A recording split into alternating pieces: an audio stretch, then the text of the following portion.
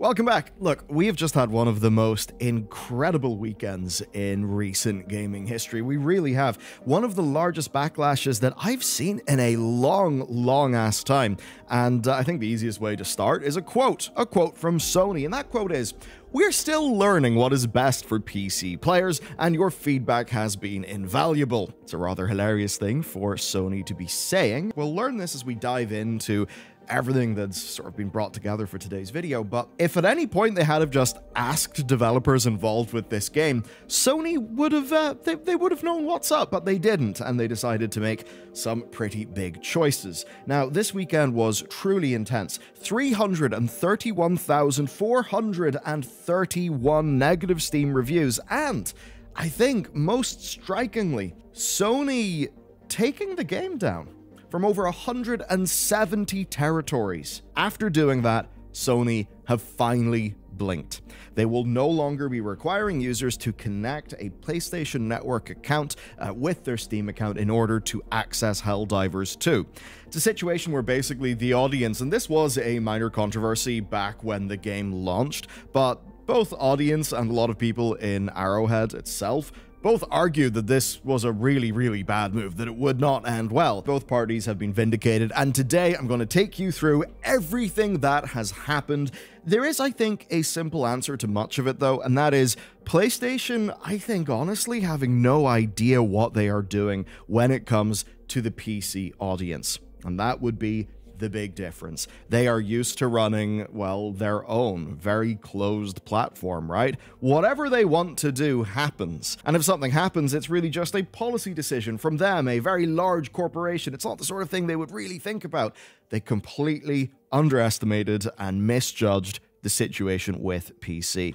Okay, so platform ambitions. What does Sony want? Sony wants to make more profit from their games with PC multi-platform launches, right? The problem is, though, if you want to do that, you've got to understand that market, you've got to understand the audience, and they really don't seem to be good at that.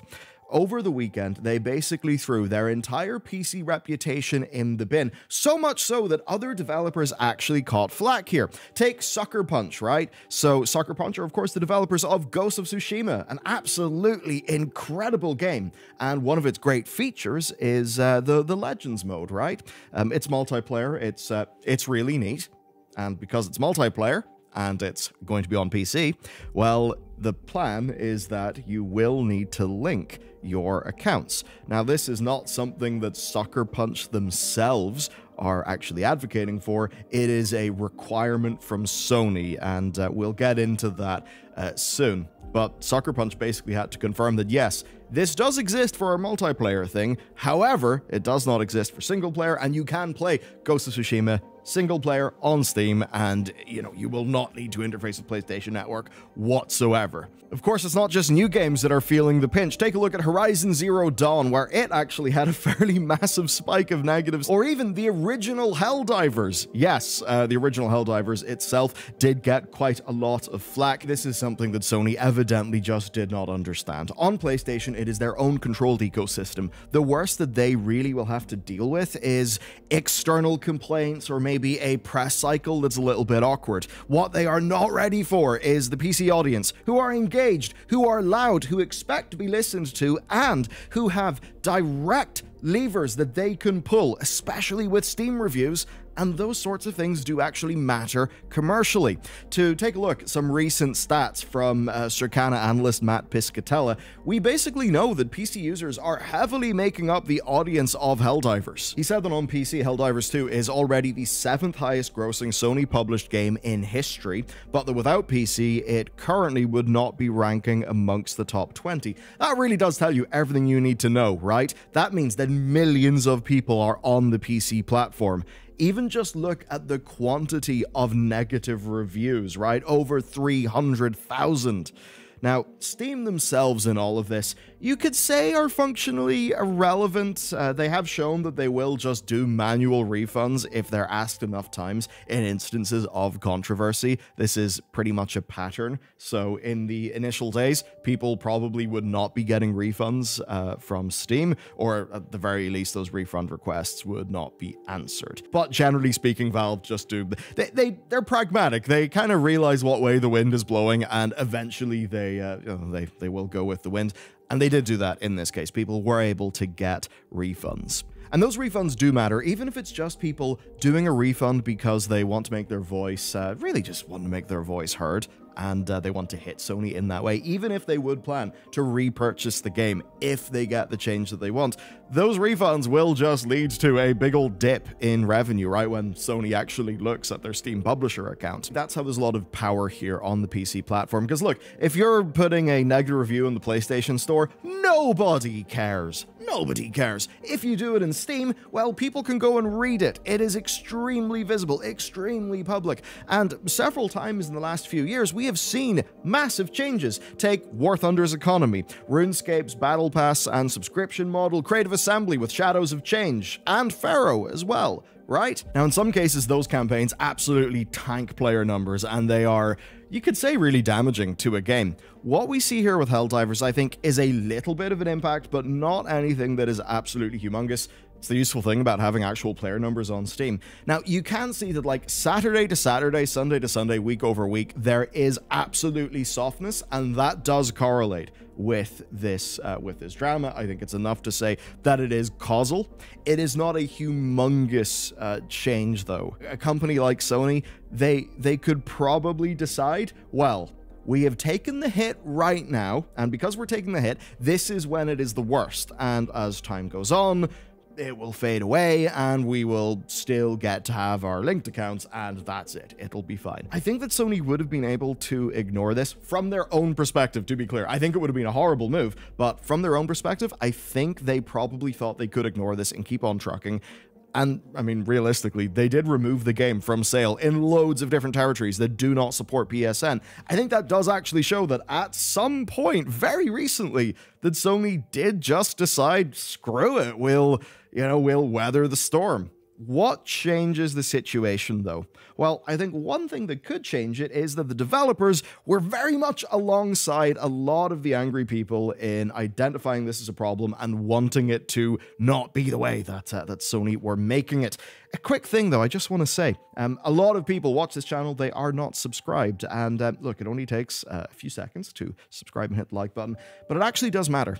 It does matter. The YouTube algorithm, of course, it likes getting happy signals, and well, that's essentially, in lieu of a sponsor or whatever, that is my ask.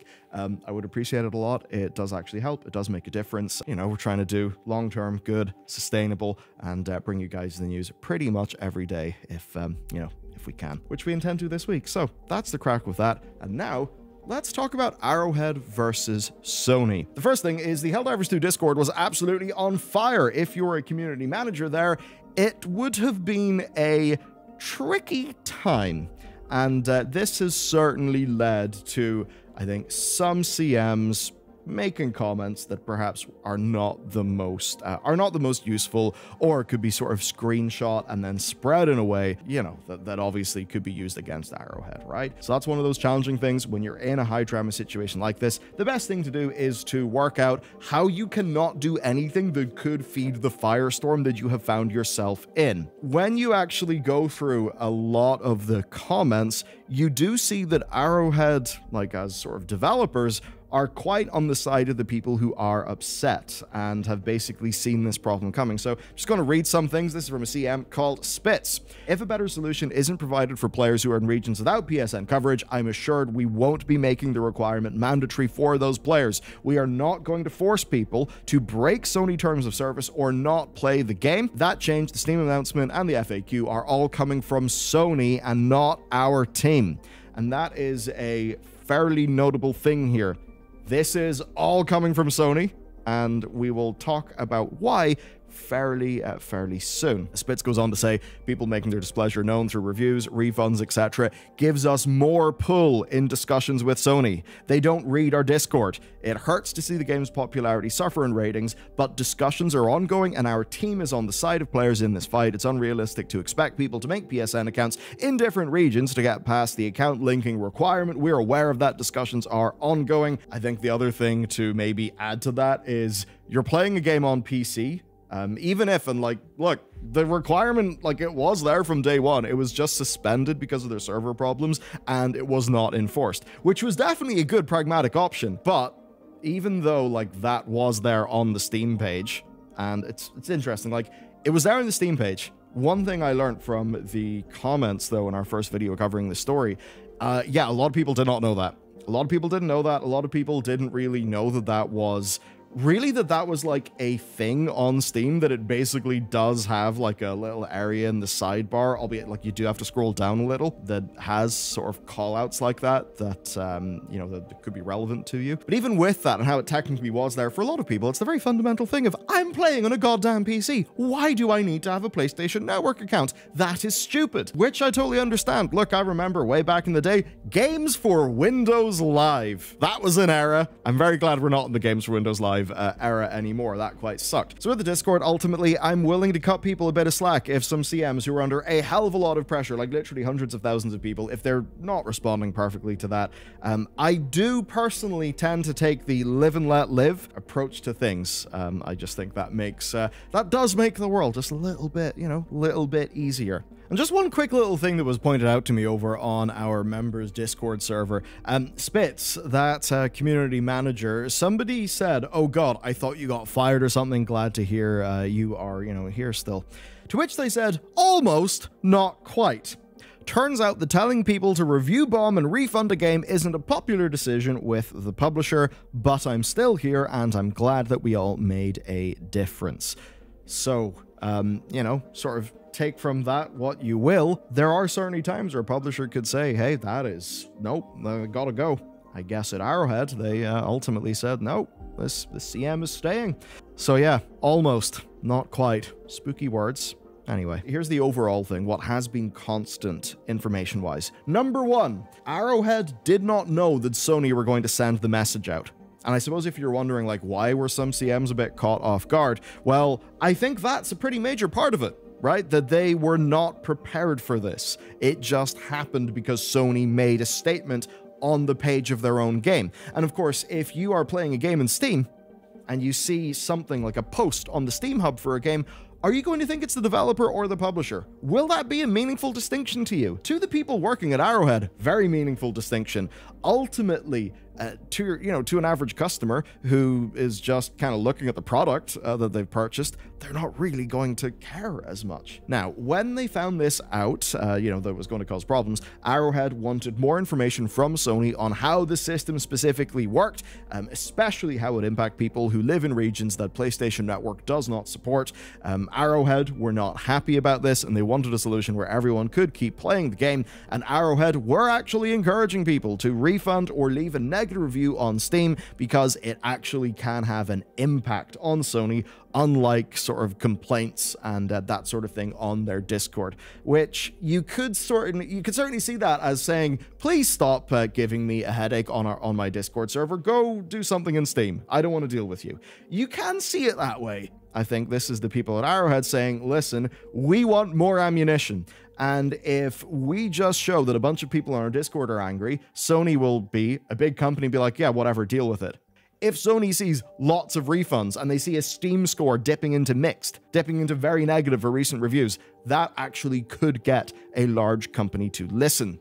So the thing that has been abundantly clear then is that this is very much all on PlayStation. Here's from their CEO. Ouch, right in the review score. Well, I guess it's warranted. Sorry, everyone, for how this transpired. I hope we will make it up and regain the trust by providing a continued great game experience. I just want to make great games. Of course, from the point at which he sent that tweet, the reviews did keep on getting worse.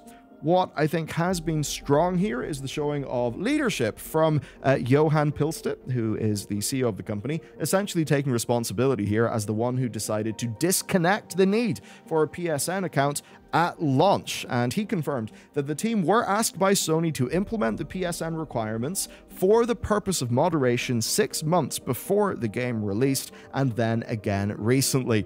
So somebody tweeted saying, like, why are you acting all blameless? You should have, you knew about this probably for years that it would be a requirement, and so on and so forth. To which Johan says, I do have a part to play. I'm not blameless in this. It was my decision to disable account linking at launch so the players could play the game.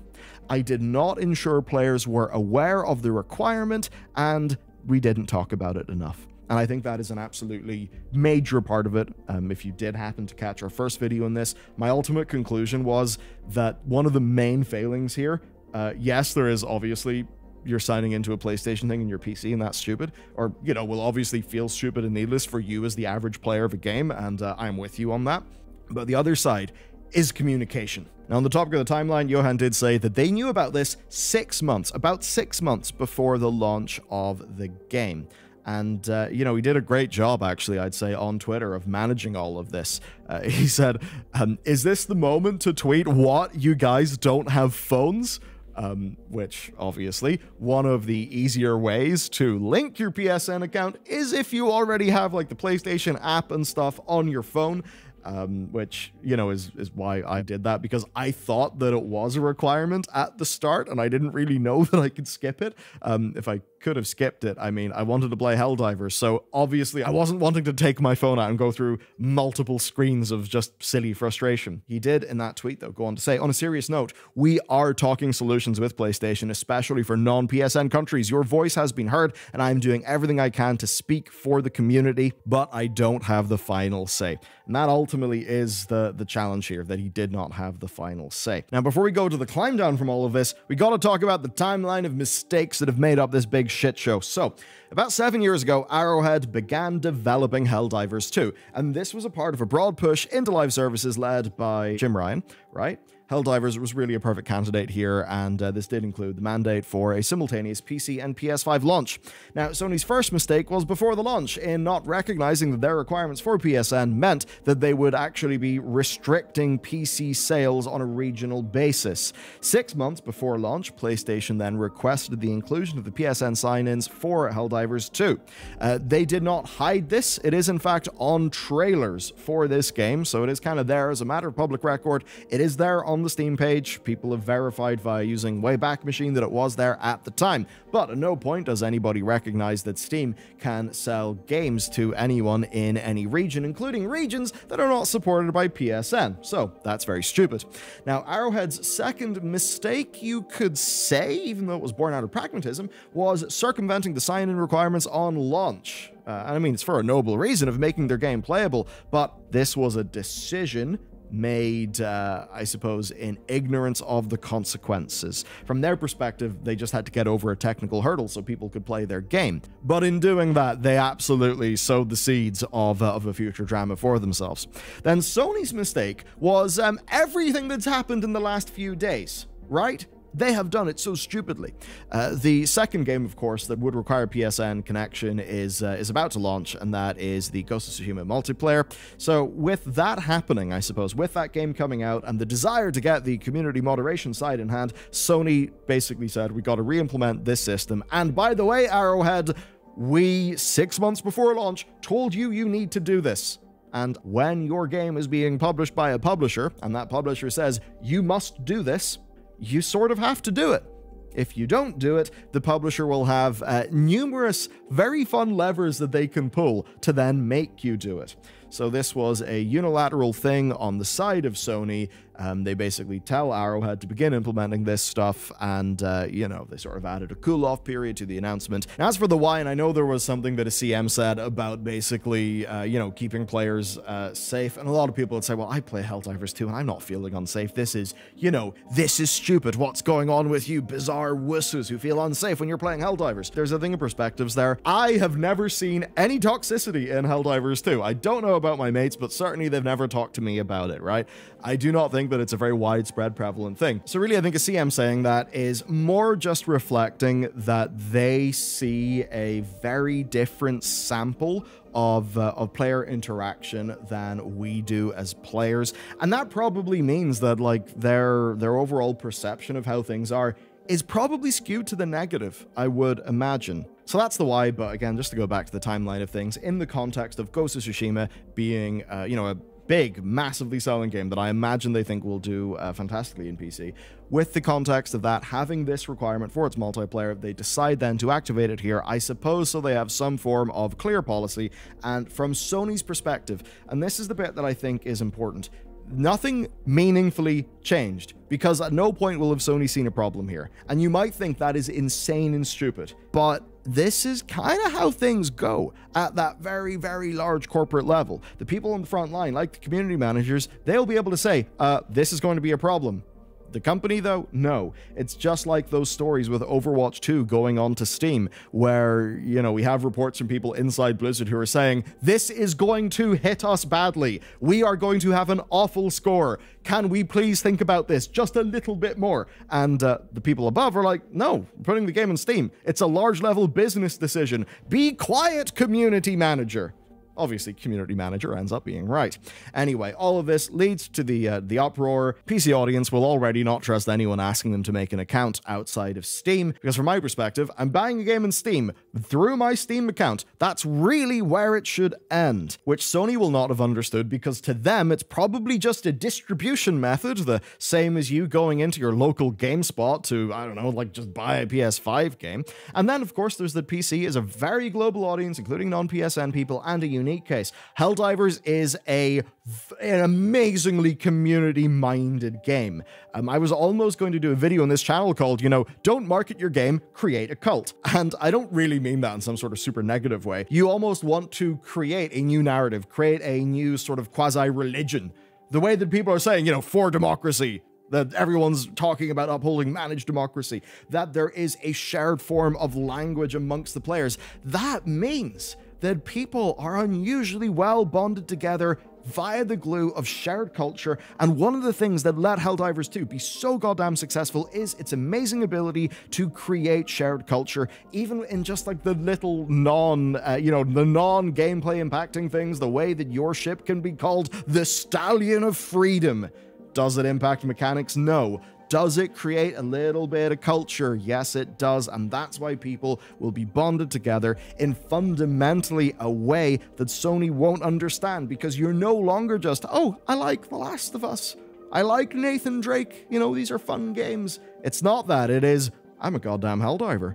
I speak the language of Helldivers.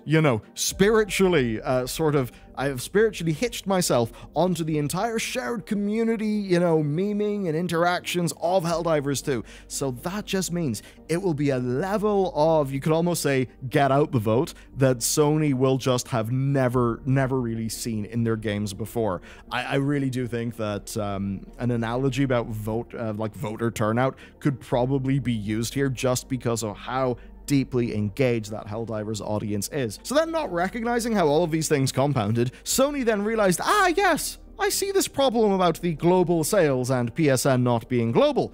We'll just have to disable sales so that, so that people are not got in that way, which of course is absolutely stupid. And this is where various, you could say, sort of conspiracy theories or maybe misunderstandings appear. Is this Sony trying to grow how many accounts they have to juice up their, to juice up metrics? To be honest, I don't think that that's a preposterous thing to say. I think there could be a little nugget in that. The most simple option here, though, I think, is Sony literally not expecting pushback on what they thought was a minor thing. That really is what I think is going on. I know that there are definitely more juicy ways to think about it, and some of those I'm definitely sympathetic towards, but ultimately I do think that, Hanlon's razor, right? I think that this is stupidity. And Sony numerous times have showed themselves to be pretty goddamn stupid when it comes to dealing with audiences. And something that I think emphasizes a lot of this is how they did just pull the game from sale in so many different regions. Because if they planned this well, and if they weren't being stupid, they would work out how to, I suppose, have some sort of global PSN rollout so that they could, even not fully, but just enough to support this sort of thing, so that they don't have to pull their game from sale in like 170 countries. But no, they didn't think about that because the corporate organism was stupid, and obviously you can't really just go and do a global rollout of PSN on a random Friday evening. You might say, it's not a random Friday evening, it's the Friday evening they decided to do this, which, yeah, I mean, that is true, but they decided to do it based on a complete misunderstanding. I think the sheer fact that they hadn't done that sort of thing, it all just reinforces that they're just being stupid. And then again, thinking about this from the perspective of corporate decision making, they cannot be seen to be publicly telling people to break their own terms of service by buying a game that they cannot make an account for. So that's ultimately why then somebody at PlayStation over the weekend just kind of looked at the problem and really chose the shortest path between the 2 points and just removed the ability to buy the game in over 170 territories. Because that sure did just, solve the problem. And at that point in time, the game had 215,000 negative reviews. Over 100,000 came in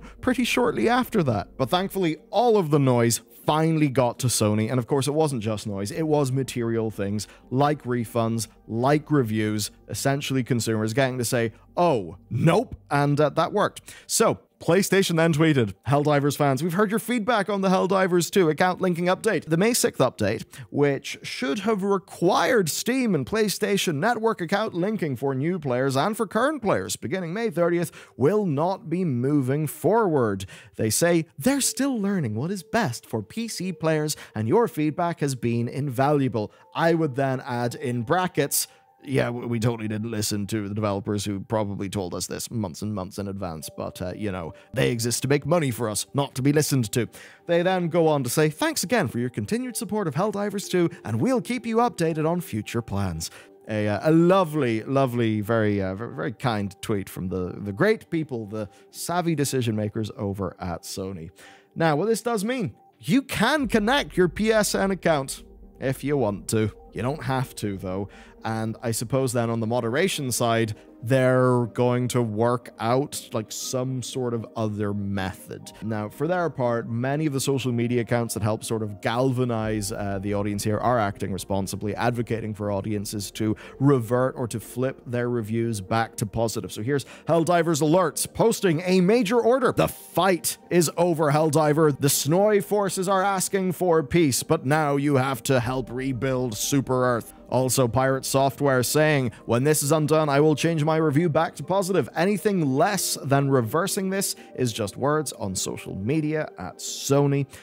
So yes, and with that, we are seeing a slow growth of the overall Steam score. Now, there will be a bit of a lag here. People who are angry and don't want to change their review, or people who forget to change their review, or just feel jaded and won't really be coming back. So I do not think that this will be fully recovering. In no way will it fully recover. I mean, it probably will over time as more people come into the game and realize that Helldivers 2 is actually a fantastic game. So that part of things is obviously good. But I suppose at the very least, the shared culture around this game, just how well sort of galvanized the players are, I think that will actually help the Steam score now. It is that strong sense of shared culture that I think led to the Steam score going down, that led to essentially the Get Out the Vote campaign for the Steam review to be so successful.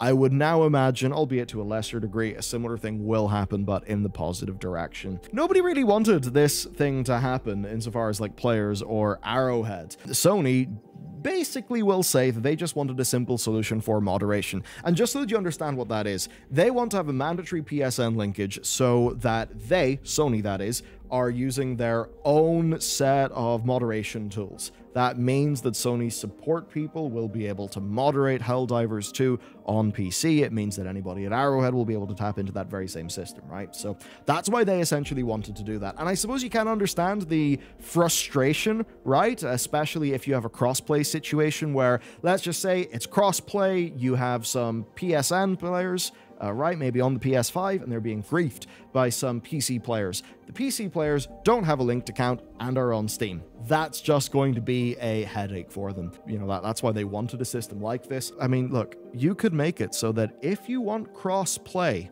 with people on PSN, you have to link your account. I would not be angry about that. I would understand that. What they should have done is that. Say, listen, if you want crossplay, you gotta link your account, because then you're playing in PSN with everyone else. But if you're just playing in Steam, you don't need that. I mean, they should have done that at launch. Obviously, now we are in a better situation, but I think that would have been the way to thread the needle on this problem. I think this is almost like the original launch of Horizon Zero Dawn on PC, where Sony did not understand and were wholly unprepared for the specific demands and expectations of the PC audience. Of course, expectations set by other publishers, other developers who publish on PC. So, you know, if you're coming to a new territory, you've got to, you know, get used to the local customs and be respectful to them, which Sony didn't really do a great job of. So that's basically it. What has happened, though, is, I mean, I don't want to say like the OODA loop, but the loop in this is very tight. Like, this has been resolved in, like, what, 4 or 5 days? Core lesson, though, is Steam is not just a storefront. Steam is also a platform, and you basically have got to treat it like that. If you are talking about PC as a purely open place where,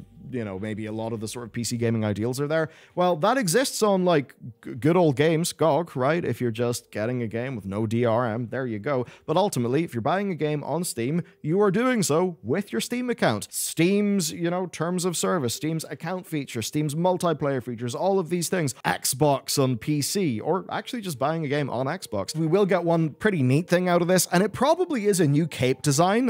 Johan posted this just via a community member. Somebody else then did a design inspired by that. If they are being smart, absolutely do a cloak design, give it to everybody for free. Simple as do that.